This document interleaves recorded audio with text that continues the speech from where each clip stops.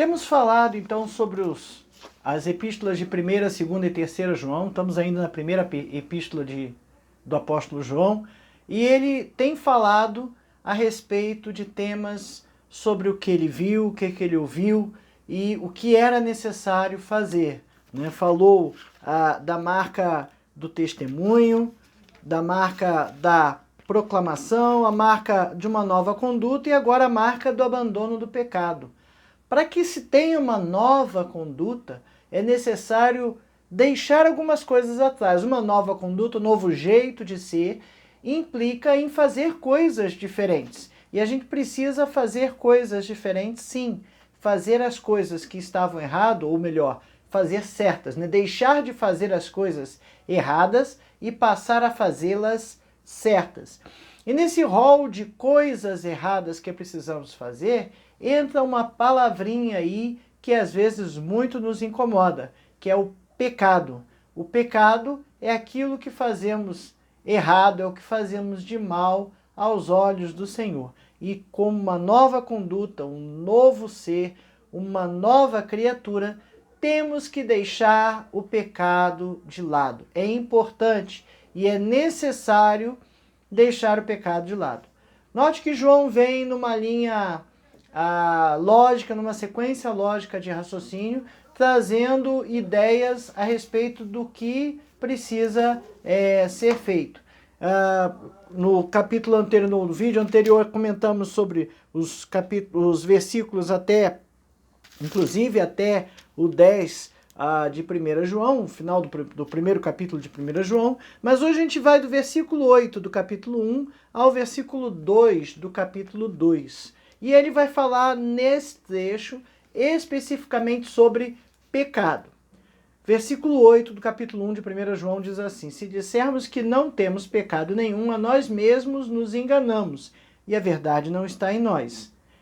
Se confessarmos os nossos pecados, ele é fiel e justo para perdoar os pecados e nos purificar de toda a injustiça. Se dissermos que não temos cometido pecado, fazemo-lo mentiroso e sua palavra não está em nós. Filhinhos meus, essas coisas vos escrevo para que não pequeis. Se todavia alguém pecar, temos advogado junto ao Pai, Jesus Cristo o justo.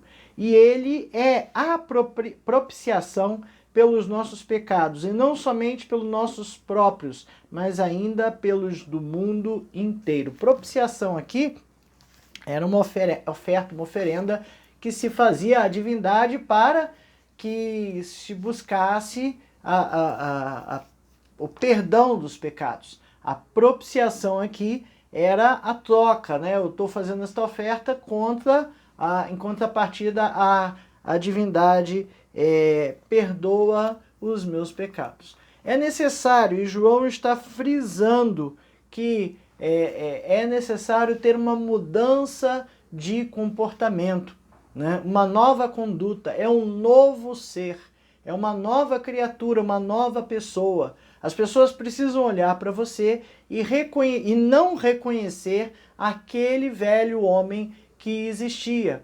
Por quê? Porque agora você tem novo procedimento, nova forma de ser. Você busca não errar, você busca sempre acertar, você busca fazer a coisa certa, custe o que custar. É complicado, é difícil, exige dedicação, exige zelo, exige buscar fazer isso, porque os costumes, o caminho, né, o jeito de ser nos leva a errar de forma sistemática.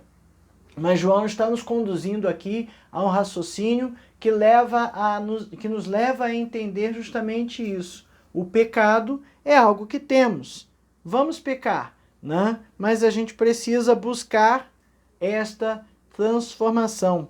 Eu preciso começar a caminhar numa nova direção. Conversão, falei em outro vídeo, quando a gente muda o carro de direção, né, na autoescola o professor chama a gente, o instrutor chama aquilo para a gente de converter à direita, converter à esquerda. Né? Conversão é quando você muda o seu sentido. Estava indo numa direção e agora busca ir em outra direção. né?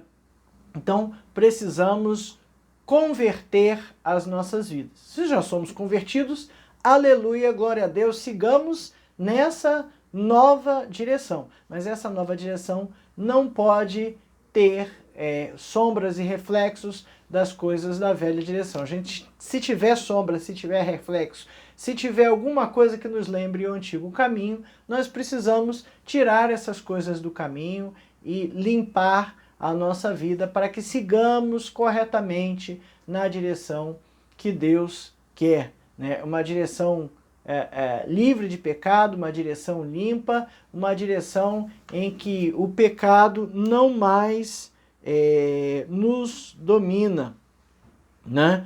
E se a gente errar, porque provavelmente a gente vai errar, nós temos Jesus Cristo como nosso advogado. João diz aqui, se errar, nós temos Jesus que é o nosso advogado perante o Pai, ok? Querendo espirrar, mas não é Covid, graças a Deus, é uma crise alérgica de ontem. Bom, precisamos então ter essa consciência. Jesus é o nosso advogado. E a gente vai tratar ao longo das outras lições dessa esperança de esperar, né, que temos em Jesus. A gente fala esperança, parece que a gente está esperando algo que pode acontecer ou não. Né?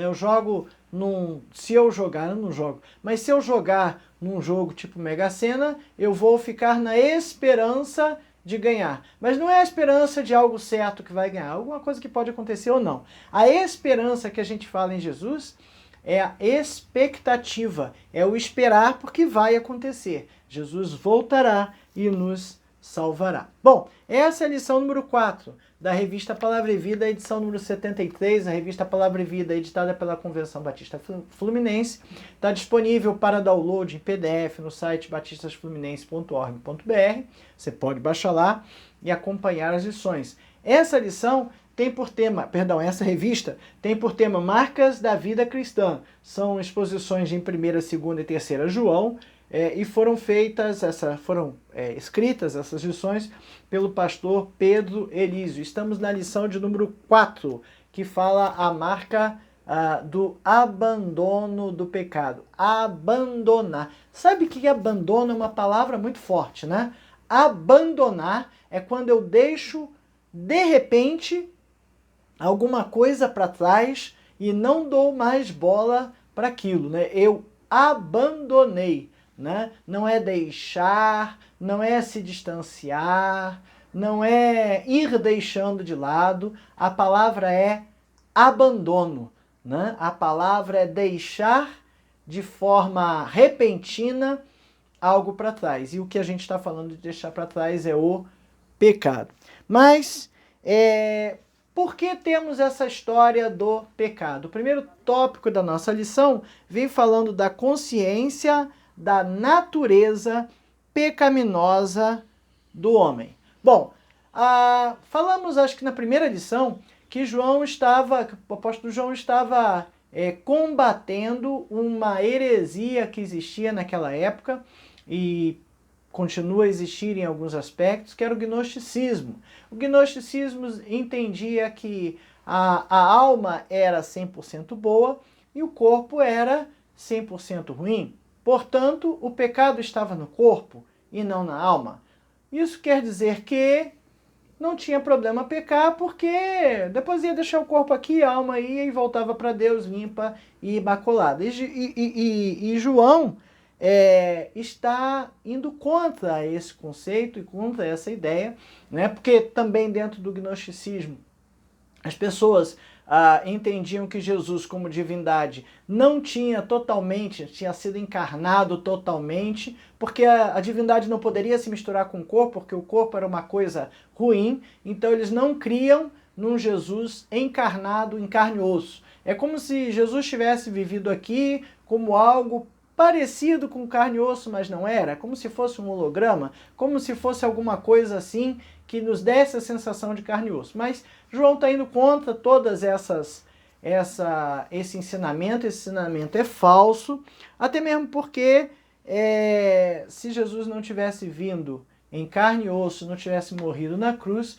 o sacrifício dele da cruz não teria nenhuma validade para nos tirar o pecado, os pecados, né? Como propiciação, né? Como João diz. Então, essa heresia era combatida por João, primeiro por esse aspecto de que Jesus realmente tinha vindo em forma de homem, em forma humana, em homem, em carne e osso, 100% Deus e 100% homem, é assim que a gente acredita, né? E que nós não temos como desvincular os pecados que cometemos da carne para a alma, ou seja, a alma é boa e o corpo é ruim, então no final, como o corpo vai perecer e a alma volta para Deus, está tudo certo. Não é isso que está escrito na Bíblia, não é isso que João ensinava, e isso está errado, né? Entendemos que a coisa é uma só, né? E o pecado habita em nosso coração, né? E a gente precisa reconhecer que existe pecado em nós. A gente precisa reconhecer que o nosso ser é pecaminoso. A gente tem uma tendência muito grande para errar. Nós temos uma tendência muito grande para pecar e precisamos reconhecer isso. João está dizendo isso. Precisamos reconhecer que a nossa natureza é pecaminosa. Veja no versículo 8. Se dissermos que não temos pecado nenhum, a nós mesmos nos enganamos e a verdade não está em nós. Se dissermos que não temos pecado, eu estou me enganando. Sabe a história do tá tudo bem, mas não tá, né? Mas a pessoa se caracteriza, se convence, perdão, que tá tudo bem, então tá tudo bem, né? Às vezes a gente fala que é a paz da ignorância.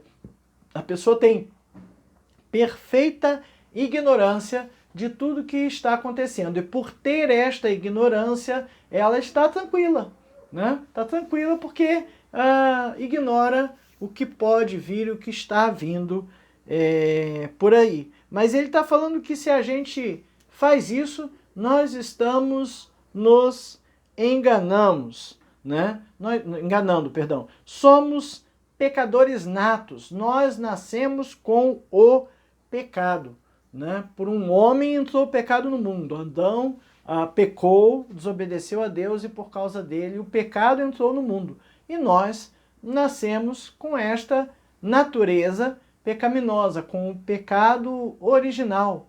Pior, nós somos escravos do pecado, né? Nós erramos o tempo todo, querendo ou não, fazendo tudo para acertar, a gente erra.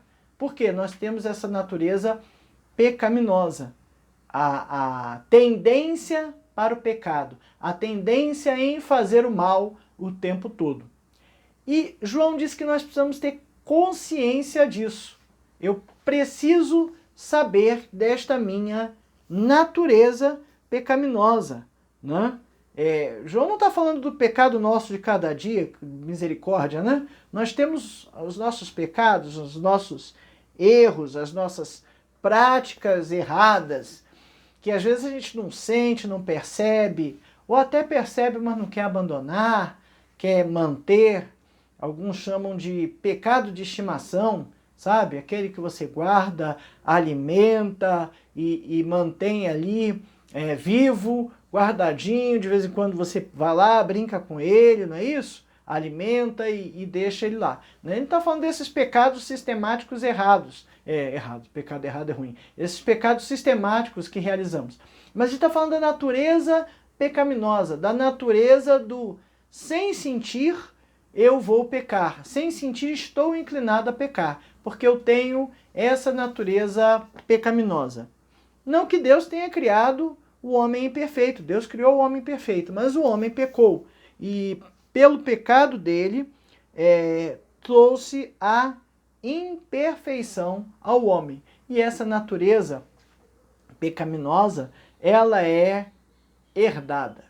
E o que a gente pode fazer contra isso? Primeiro, ter uma consciência, né? Eu preciso me conscientizar dessa natureza errada, dessa natureza pecaminosa que eu tenho. Isso quer dizer que eu preciso ter na minha cabeça a ideia de que quando menos eu ver, eu já errei, né? Quando eu menos ver, eu já falei o que não era para falar. Quando eu menos ver, eu já falei mal dos outros que não era para falar. Quando eu menos perceber, eu já me irritei, já extrapolei o meu limite de paciência, já gritei com alguém, já fiz algo que não era o correto, né? A gente precisa que essa coisa mude em nossos corações. E para isso a gente precisa de uma transformação. A gente precisa...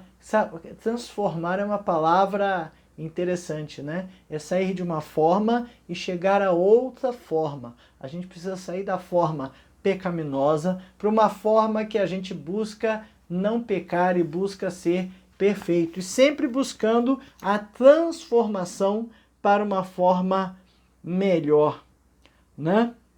Essa é a verdadeira transformação. E aqui o nosso comentarista faz um comentário interessante, né? A pessoa que está doente, mas que se convence que está tudo bem, ela vai morrer daquela doença, né? A doença está matando, ela está lá convencida de que está tudo bem, e ela vai morrer daquela doença, se não tratar, né?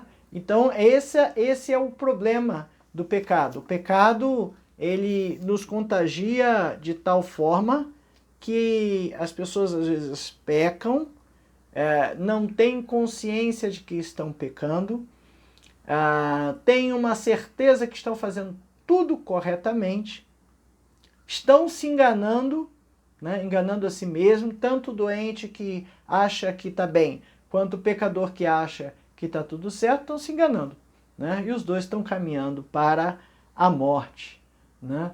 Provérbios 28:13 diz assim: o que encobre as suas transgressões jamais prosperará, mas o que confessa e deixa alcançará misericórdia.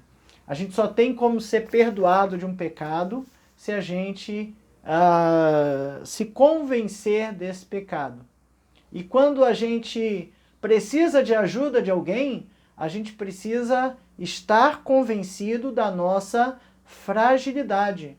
Ninguém vai conseguir me ajudar se eu não me colocar numa posição de frágil. Olha, eu sou frágil, eu sou débil e eu preciso da sua ajuda. Se eu não me colocar nessa posição de fragilidade, eu não abro espaço para que ninguém me ajude. Se eu não me convencer da minha situação de pecador, eu não consigo abrir espaço para que Deus me ajude. Então a primeira coisa a fazer, né, é se convencer da nossa natureza pecaminosa, né? Somos pecadores. E a segunda coisa que a gente vê aqui, o segundo tópico, fala da certeza da justificação.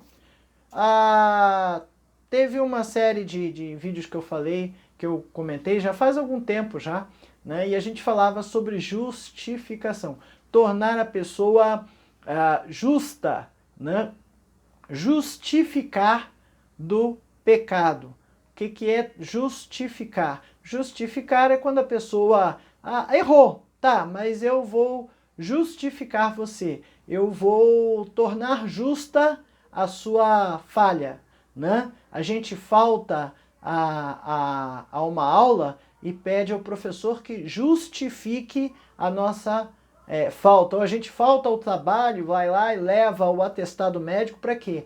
Para justificar a nossa falta. Aquele atestado médico vai ser analisado e quem de direito lá do RH vai dizer assim, tá bom, ele faltou o serviço, deveria ser descontado, mas isto aqui é um justo motivo para ele ter faltado, é um motivo adequado para ele ter faltado. Estava passando mal e foi ao médico, né? E aquele atestado médico justifica a nossa falha.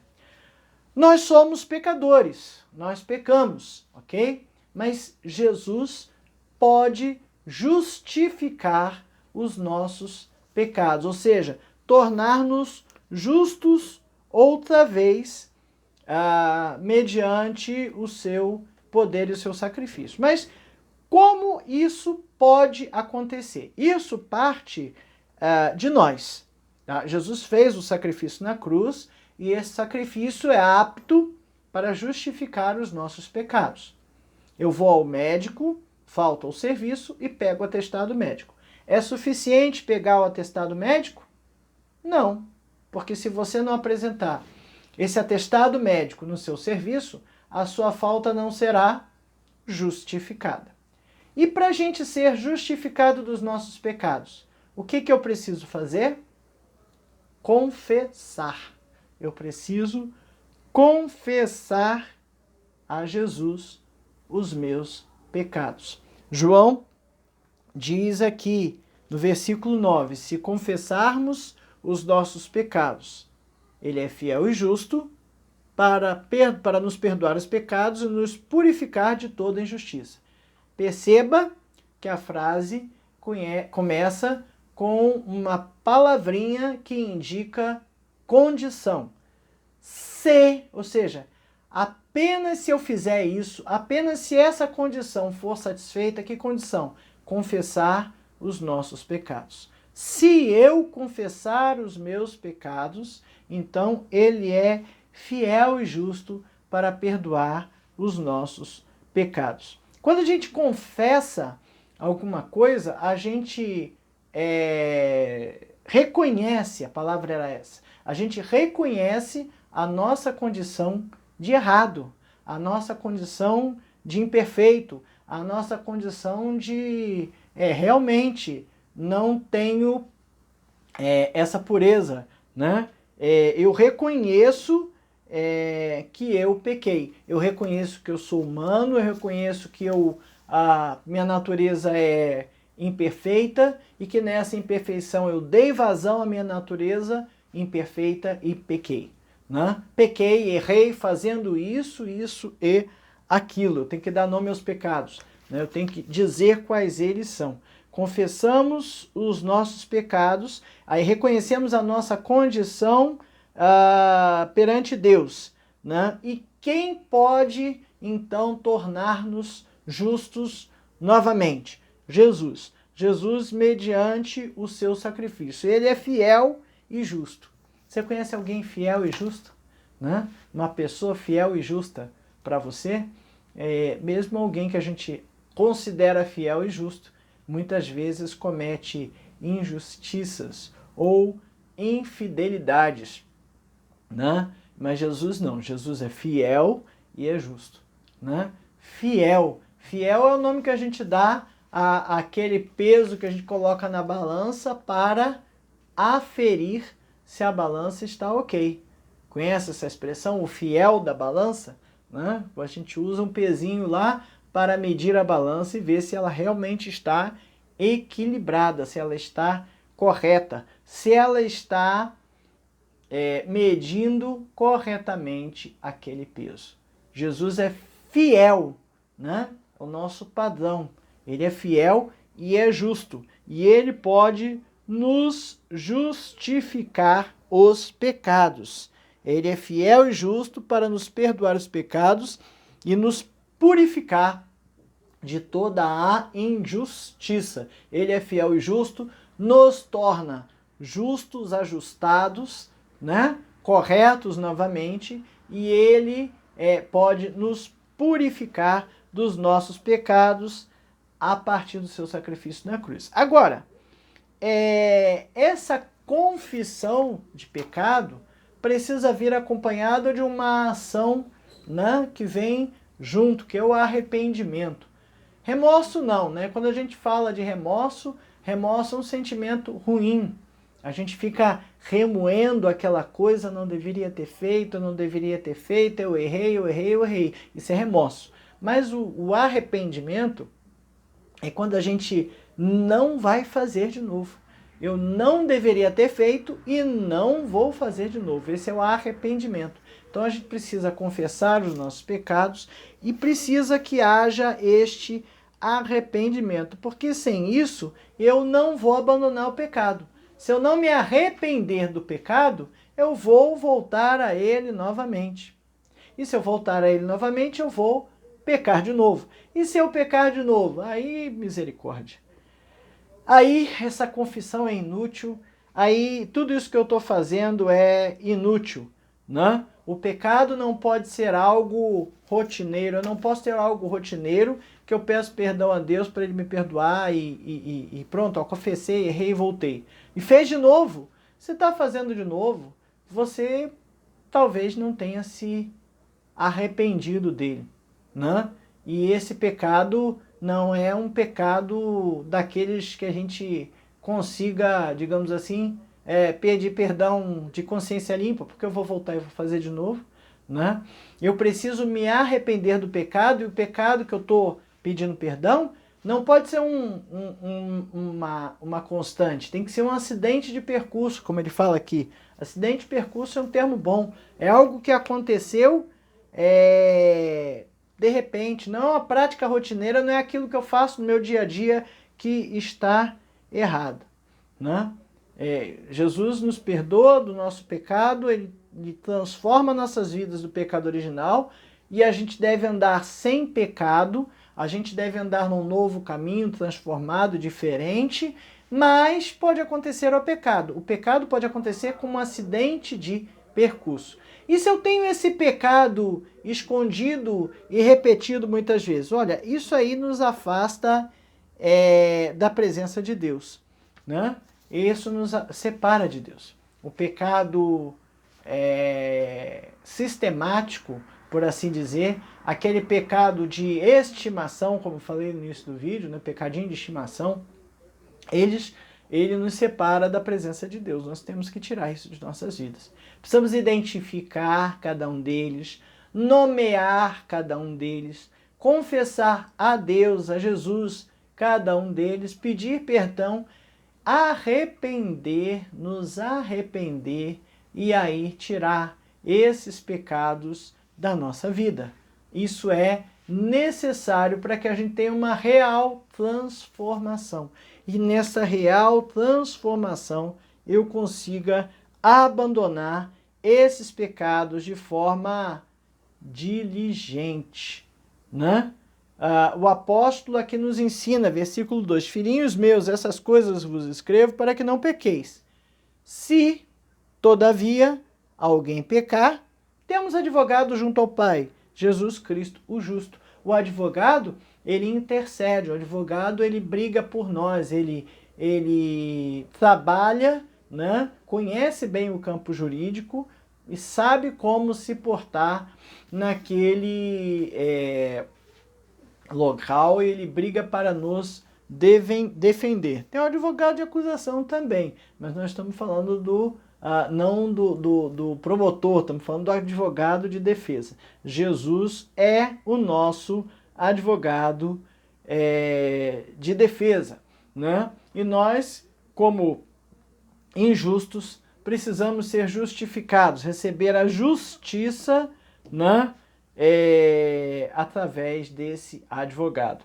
O nosso comentarista comenta aqui, nosso comentarista comenta, ficou ruim, né? Ele descreve aqui que a palavra em grego que João usou para descrever advogado aqui era paracleto, né? Que também é a mesma expressão para falar do Espírito Santo, né? Do Consolador, o ajudador, né? É um advogado, mas é alguém que nos ajuda, é alguém que nos consola, alguém que nos dá conforto e nos dá segurança, né? Ele está do nosso lado, ele é nosso mediador, né? Temos acesso direto ao Pai, temos por intermédio de Jesus. Por isso que quando a gente ora em nome de Jesus, porque ele é que nos dá o acesso ao Pai, né? O sacrifício dele na cruz é que nos dá acesso a Deus, né?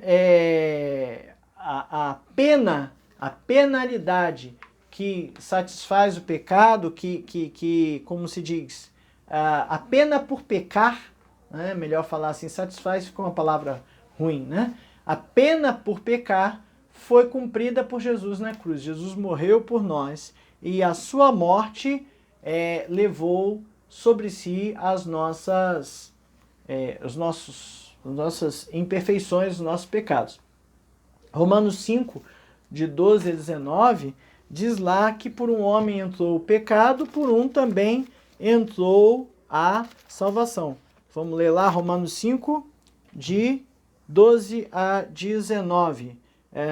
Diz assim: portanto, assim como por um só homem entrou o pecado no mundo, e pelo pecado a morte, assim também a morte passou a todos os homens, porque todos pecaram.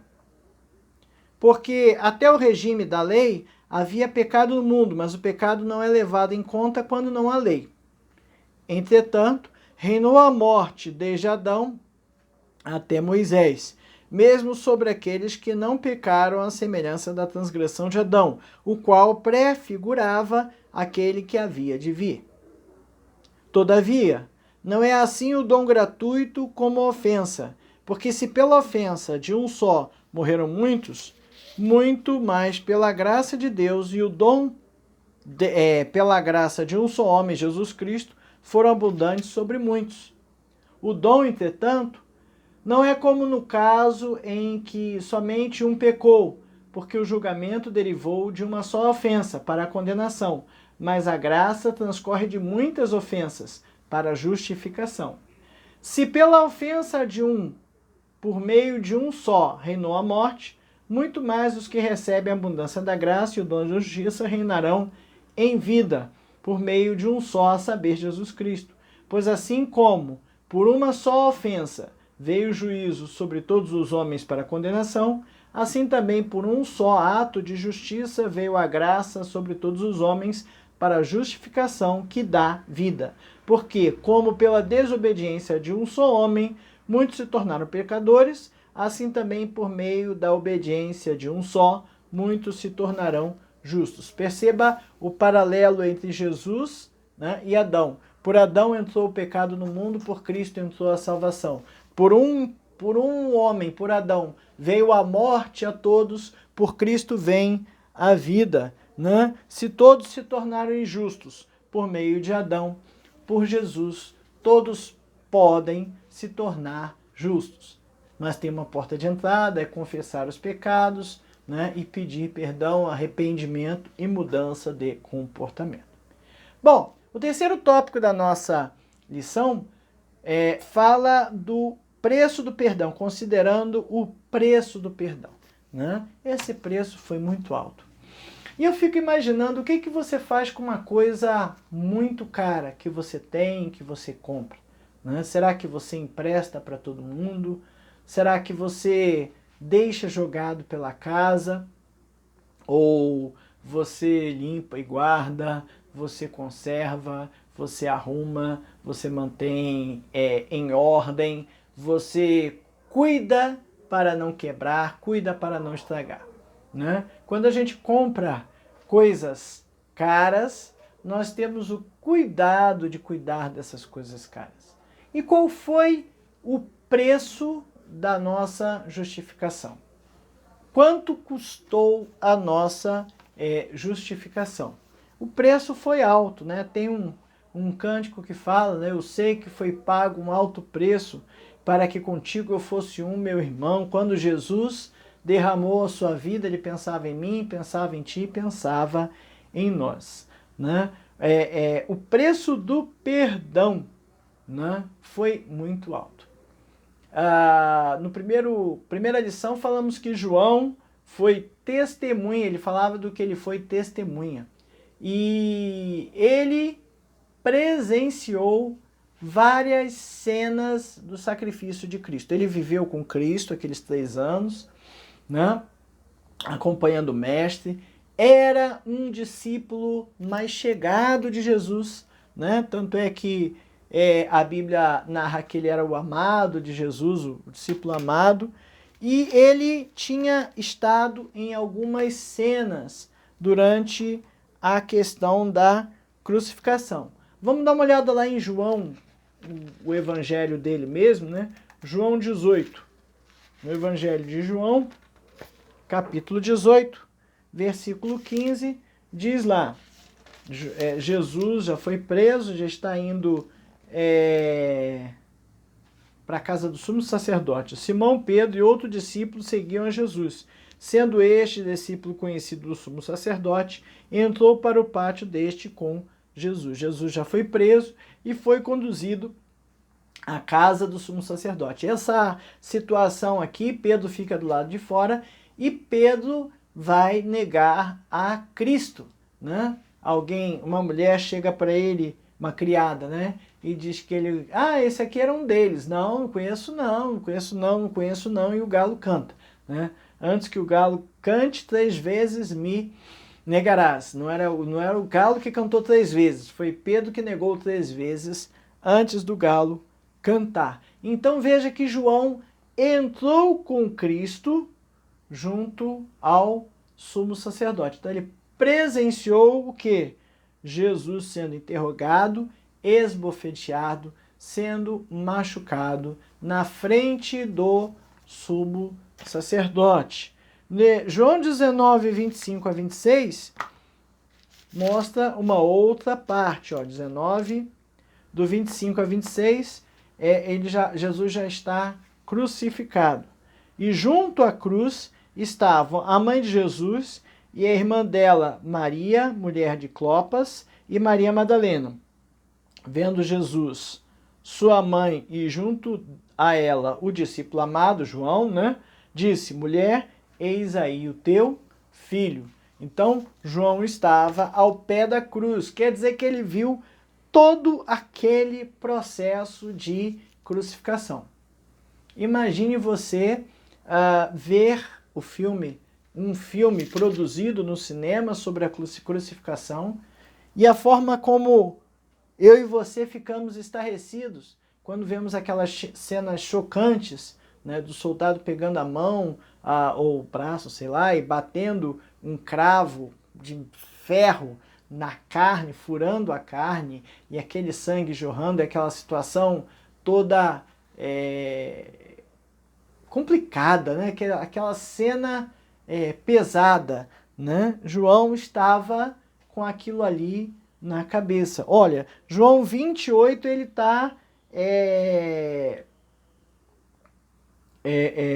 como se diz? Ele está ali presenciando que Jesus havia ressurreto. Né? João 28. Então, entrou também o outro discípulo que chegara primeiro ao sepulcro e viu e creu. Então veja que João tem na sua memória toda aquela cena de sacrifício.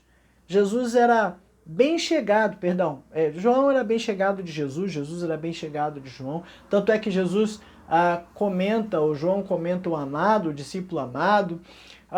No quadro da Santa Ceia que se pinta por aí, a história, o retratamento, né?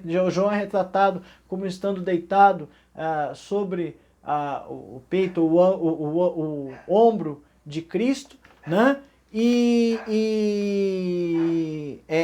Há toda uma relação afetiva entre João e Jesus. E João viu tudo isso acontecer com Jesus. Ele ser julgado, esbofeteado, chicoteado, ele carregar a cruz, ele esteve ao pé da cruz, viu aquela cena forte da crucificação de um amigo, de alguém que era chegado, de alguém que ele gostava, de alguém que ele amava.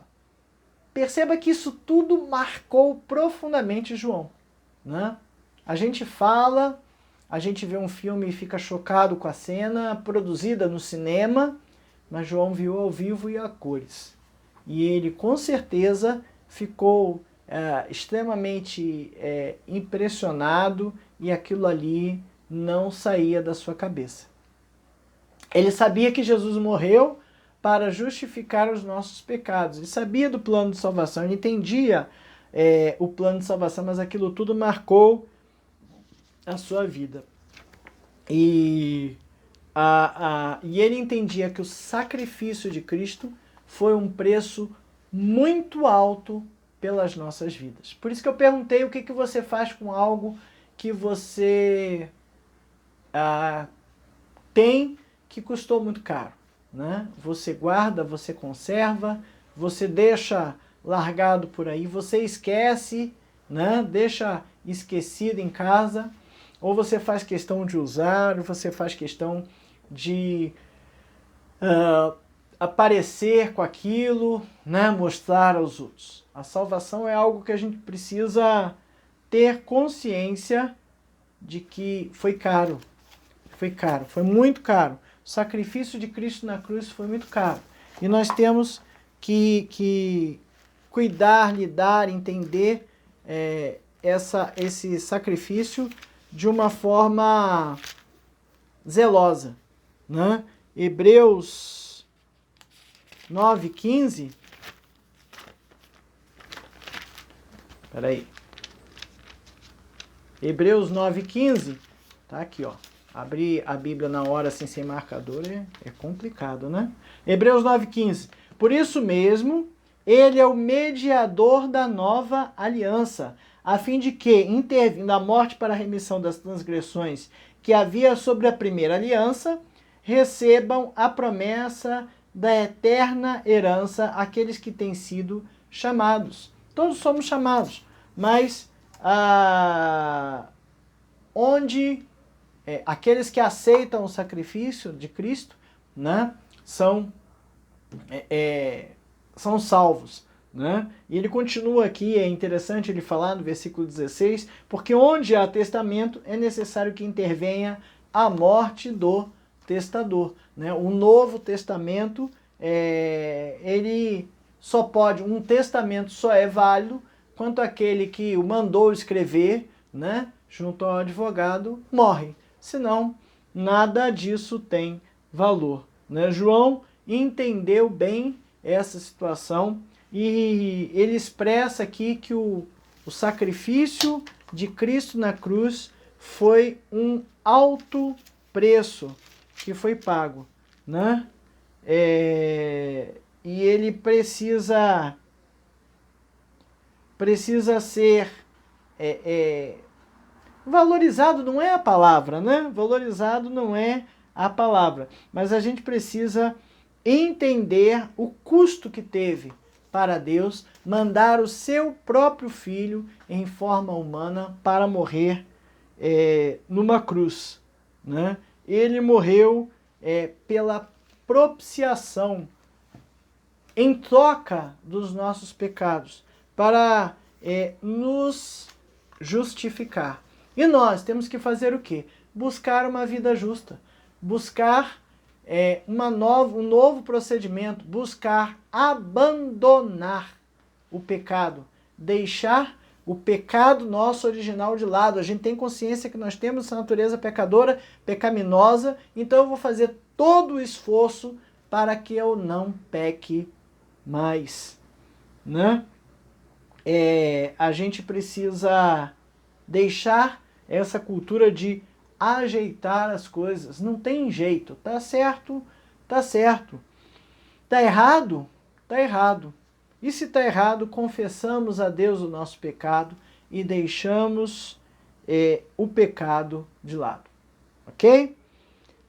Jesus Cristo morreu como propiciação pelos nossos pecados. Esse é o final do terceiro tópico aqui do nosso comentarista. Ele morreu por isso. E em forma humana, em carne e osso. Senão, não teríamos não teríamos por que ter a salvação. Bom, a conclusão aqui fala, né, que se não houvesse pecado, o sacrifício de Cristo na cruz não teria menor sentido, né?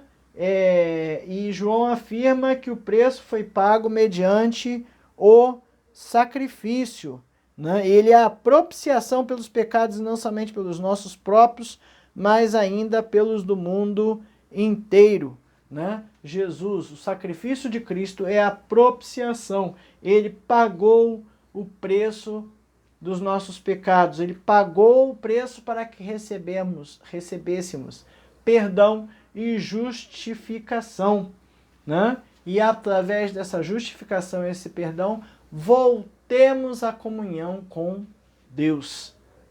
E nós temos que fazer o quê? Ficar tranquilão aí, Tá bom? Não, né? Temos que buscar uma vida santa, uma vida digna, uma vida correta. Santidade é a palavra, né? Eu preciso buscar ser santo. Ser santo quer dizer ser separado. Eu preciso me separar das coisas erradas e pecaminosas, deixá-las de lado. Eu preciso atuar nas coisas erradas da minha vida. Como? Confessando, pedindo perdão, me arrependendo e buscando não fazer de novo. Se eu não fizer isso, não tem validade. Não adianta, perdão, meus pecados em nome de Jesus, amém? Como a gente ora muitas vezes, não é isso? Né? Fala um montão de coisa, pede um montão de coisa para não esquecer, joga um perdão dos meus pecados em nome de Jesus, amém? Né? Já até peguei o final da oração junto e não confessei nada. Não falei nada, não disse o que eu errei, como eu errei, por que eu errei. Eu preciso me convencer disso. Eu preciso saber disso. Eu preciso me livrar dessa natureza pecaminosa. Se eu não fizer isso, eu não consigo viver plenamente nas bênçãos que o perdão pode gerar para nós. Né? Para pensar e agir, como você tem analisado sua vida diária? Será que eu tenho analisado? Será que eu tenho parado para fazer isso? Né? Será que os meus pecados têm me incomodado? Ou será que eu tenho sido insensível a eles? Será que eles não me incomodam, eles não me perturbam? Eles não me entristecem? Ou eu nem tenho percebido que entristece a Deus? Né? Será que eu tenho percebido que entristece a Deus? Talvez não, viu? Talvez eu nem saiba o que entristece a Deus. Ai, ai, ai. Preciso entender o que entristece a Deus. Né? O que eu tenho feito? O que você tem feito quando a gente é confrontado com o nosso pecado, com o nosso erro? Peraí, todo mundo erra. Veja bem, quem não tem pecado que atire a primeira pedra. Né? Para se defender, são frases que a gente usa rapidamente, a gente saca rapidamente essas frases para se defender. Tá, bem, passou. E aí, o que você tem feito com relação à sua vida? Né? Eu tenho isso que as pessoas falam, tem ido no meu coração, na minha mente, tem me acusado, tem me convencido de que eu estou errado, que eu preciso mudar. Né? O que essa confrontação tem causado na minha vida? Tem me causado irritação? Tem me causado estresse? Ou será que eu tenho aproveitado essas confrontações que de vez em quando aparecem para me confessar, né? Para confessar e me limpar desses pecados, para me arrepender desses pecados? Né? Preço do perdão foi alto. Preço do perdão foi a vida de Cristo na cruz. Será que eu tenho sido um servo piedoso e tenho buscado reconhecer e não pecar mais? Ou eu mantenho alguns pecados sistemáticos, eu mantenho alguns pecados no meu coração, e esses pecados que eu mantenho no meu coração, eu não estou nem aí para limpar. Eu não estou nem aí para me arrepender, eu não estou nem aí para mudar. Né? Precisamos ter isso em mente. O sacrifício de Cristo na cruz não pode ter sido em vão. Eu não posso fazer o sacrifício dele em vão. Você não pode fazer o sacrifício dele em vão. 1 João 1,9, lembrando aqui, se confessarmos os nossos pecados, ele é fiel e justo para nos perdoar os pecados e nos purificar de toda injustiça. Se, uma condição importante, confessar os pecados, dá nome aos bois. Jesus é fiel e justo. Ele é o fiel, é a medida, né? A medida de peso da balança, lembra que eu comentei? e justo, justiça, nem pesa para um lado, nem pesa para o outro. Ele é fiel e justo para nos perdoar dos pecados, nos purificar de toda a injustiça, nos tornar justos novamente. Que Deus nos abençoe a enxergar os nossos pecados, os nossos erros. Que Deus nos abençoe a confessá-los, né? Entender como confessá-los, pedir perdão para que Jesus nos perdoe desses pecados, nos purifique e nos torne justos outra vez. Amém.